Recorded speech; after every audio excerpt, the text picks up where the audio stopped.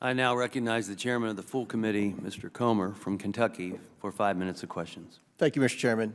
One of the prevailing themes of the pandemic has been scientists' use of the media to downplay the lab leak theory.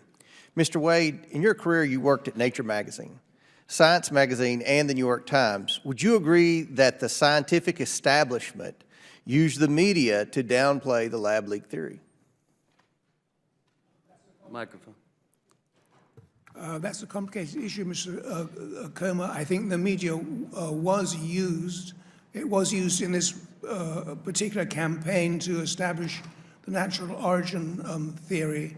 The scientific community is very afraid to speak up on political issues, and I think the reason is that the government grants are handed out through this system of peer review committees, right. And so you don't want any single scientist on your peer review committee to vote against you. Therefore, because you won't get your grant, it's so competitive. So therefore, scientists are very reluctant to say anything that is politically divisive or might turn other scientists off against them. This means that they cannot be relied upon in the way that I think we would like them to be independent and forthright, right, and call it as they see it. Okay. Well, we saw this first with the proximal origin paper that said, quote, "Our analysis clearly showed that COVID-19 is not a laboratory construct or a purposely manipulated virus," end quote. This was first published on February 17th of 2020. Each witness, I have a simple question. Yes or no, was there science available to make such an unequivocal statement against the possibility of a lab leak that early on in February of 2020? Dr. Absolutely no. Mr. Wade. No, it was not. Yeah, I don't have sufficient. I don't have sufficient frame of reference to give an answer. No. Next, Peter Daszak of EcoHealth Alliance orchestrated a letter in The Lancet, a prestigious journal, on February 19, 2020 that said, quote, "We strongly condemn conspiracy theories suggesting that COVID-19 does not have a natural origin," end quote. Each witness, yes or no, is the possibility COVID-19 leaked from a lab a conspiracy theory? Dr. Absolutely not. No. I would say no, but also it has been approached as such. Dr. No. Redfield. Dr. Redfield, I want to stick with you. You have said before that you were locked out of conversations about the lab leak by Dr. Fauci and Dr. Collins. Do you think they kept you out of the conversations because you believe COVID-19 may have come from a lab?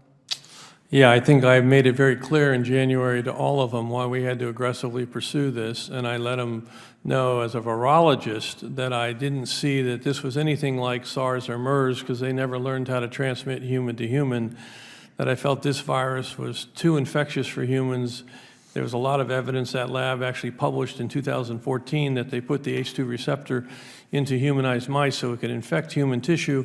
I think, we had to really seriously go after the fact that it came from the lab, and they knew that that was how I was thinking, although I thought we had to go after both hypotheses. And I was told later, I didn't know I was excluded. I didn't know there was a February 1st conference call until the Freedom of Information came out with the emails, and I was quite upset as the CDC director that I was excluded from those discussions. Why would they do this? Because I had a different point of view, and I was told they made a decision that they would keep this confidential until they came up with a single narrative, which I will argue is antithetical to science.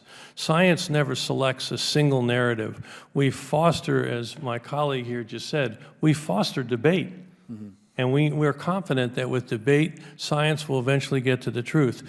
This was an a priori decision that there's one point of view that we're going to put out there, and anyone who doesn't agree with it is going to be sidelined.